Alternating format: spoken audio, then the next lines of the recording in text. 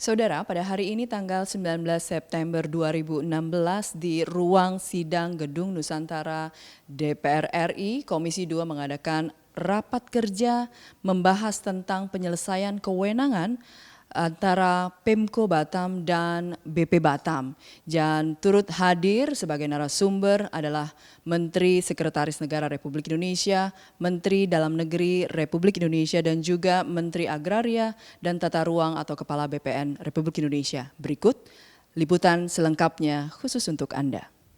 Badan Pengusahaan Batam menghadiri undangan rapat dengar pendapat atau RDP yang diselenggarakan oleh Komisi 2 DPR RI di Jakarta. Kegiatan rapat yang dilaksanakan pada hari Senin, 19 September 2016, merupakan hasil dari keputusan rapat internal Komisi 2 DPR RI yang intinya adalah untuk membahas penyelesaian konflik kewenangan antara pemerintah Kota Batam dengan BP Batam. Rapat kerja tersebut dihadiri oleh Menteri Sekretaris Negara Republik Indonesia, Menteri Dalam Negeri Republik Indonesia, Menteri Agraria dan Tata Ruang atau Kepala BPN, Ketua Ombudsman RI, BP Batam, dan Wali Kota Batam. Dalam kegiatan RDP Komisi 2 DPR RI, Kepala BP Batam Hatanto Rekso Diputro menjelaskan mengenai kewenangan tugas dan fungsi BP Batam dalam mengelola KPBPB Batam, serta berbagai permasalahan yang dihadapi dalam meningkatkan pertumbuhan investasi dan ekonomi di wilayah tersebut. RDP Komisi 2 DPR RI kali ini menghasilkan kesimpulan yang dibacakan oleh pimpinan rapat Lukman Edi, yang menjelaskan bahwa intinya adalah Komisi 2 DPR RI mendorong Kementerian Agraria dan Tata Ruang atau Kepala BPN untuk meninjau ulang dan melakukan kajian Keputusan Menteri Perdagangan Dalam Negeri Nomor 43 Tahun 1977 tentang pengelolaan dan penggunaan tanah di daerah industri Kota Batam, serta melakukan pemetaan secara komprehensif terkait dengan permasalahan pertanahan dan tata ruang di Batam, serta terlibat dalam PTSP Kota Batam terkait pelayanan perizinan bersama BP Batam dan Pemko Batam. Komisi 2 DPR RI juga mendorong pemerintah untuk melakukan kajian tentang penataan kewenangan antara Pemko Batam dan BP Batam, termasuk penerbitan peraturan pemerintah sebagaimana amanat dari Undang-Undang Nomor 53 Tahun 1999 dan Pasal 360 Undang-Undang Nomor 23 Tahun 2014. Salah satu anggota Komisi 2 DPR RI, Arteria Dahlan, berpendapat bahwa mengenai kewenangan BP Batam dan Pemko Batam sudah jelas. Ini masalah memenuhi aturan dan bagaimana melakukan tata cara dengan proporsional. Berikut wawancara singkat bersama Arteria Dahlan. Saya hanya ingin katakan bahwa Batam itu diciptakan dengan penuh nilai historis, dengan kesejarahan yang begitu luar biasa, dengan nilai-nilai filosofis yang kita semua harus ketahui. Dan saya ingin sampaikan Batam itu adalah heritage. Sekarang kita dihadapkan pada situasi yang kurang menguntungkan. Kota dan BP selalu heboh ribut terus. Saya ingin sampaikan kalau ada apa-apa sama BP, BP Batam, ada apa-apa sama Batam, yang mengatakan syukur alhamdulillah itu adalah negara-negara lain. Batam itu adalah ketakutan dunia internasional. Batam itu adalah senternya, ini tinggal menunggu waktu kapan Batam ini akan besar. Makanya saya ingin menghimbau semua pihak untuk mengkaji lebih dalam. Jangan gampangnya mengeluarkan pendapat, ini bukan masalah sengketa kewenangan. Kewenangannya sudah jelas, ini hanya masalah jiwa besar, ini hanya masalah mematuhi aturan, dan ini hanya masalah bagaimana melakukan tata kelola dengan proporsional. Saya harapkan semua pihak mengerti, mengetahui dan memahami kenapa negara mendirikan BP Batam, dan juga teman-teman juga memahami dan mengerti memang perlu ada penataan kota sehingga diterbitkan Kota Batam oleh negara. Nah, oleh karena itu janganlah ini diperdebatkan, menjadikan saling menegasikan. Kalau bisa ini merupakan penguatan karena Batam dikendalikan, diperhatikan dan dikelola oleh dua lembaga, yang satu BP, yang satu kota.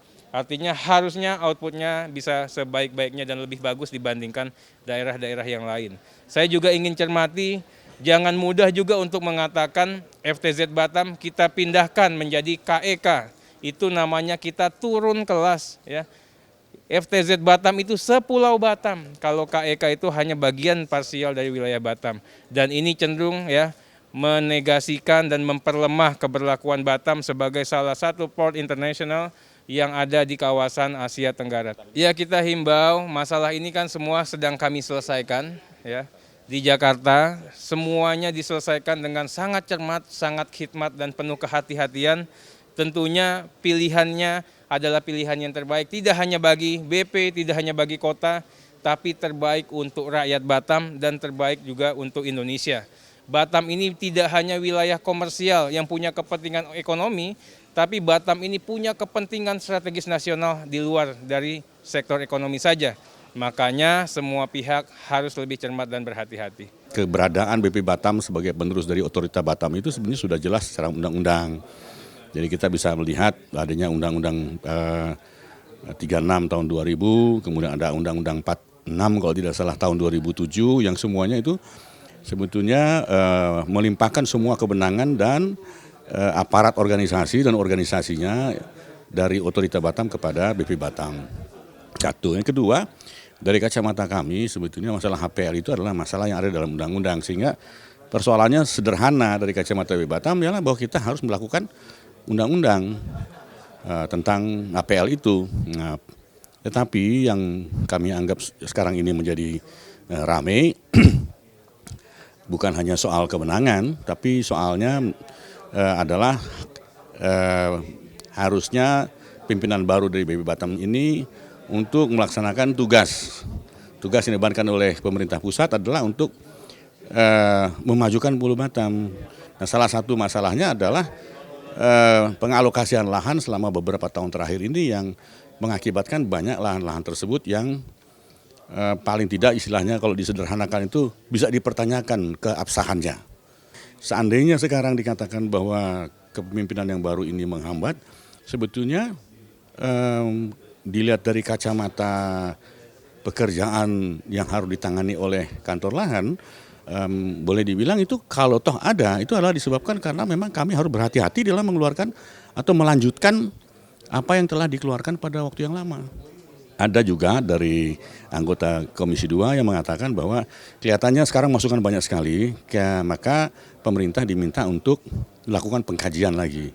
Ya, supaya kalau nanti diambil keputusan oleh Komisi 2, apapun keputusannya, keputusan itu harus didasarkan kepada fakta yang benar. Nah, sekarang ini baru masukan awal dan menurut seorang anggota Komisi 2 mengatakan sebaiknya pertemuan hari ini dijadikan sebagai awal dari dorongan dari Komisi 2 untuk pemerintah pusat melakukan kajian yang lebih dalam. Saudara, telah kita saksikan bersama liputan rapat kerja Komisi 2 DPR RI pada hari ini. Semoga hasil rapat pada hari ini bermanfaat bagi kemajuan Batam sebagai penghela ekonomi nasional. Info Humas BP Batam.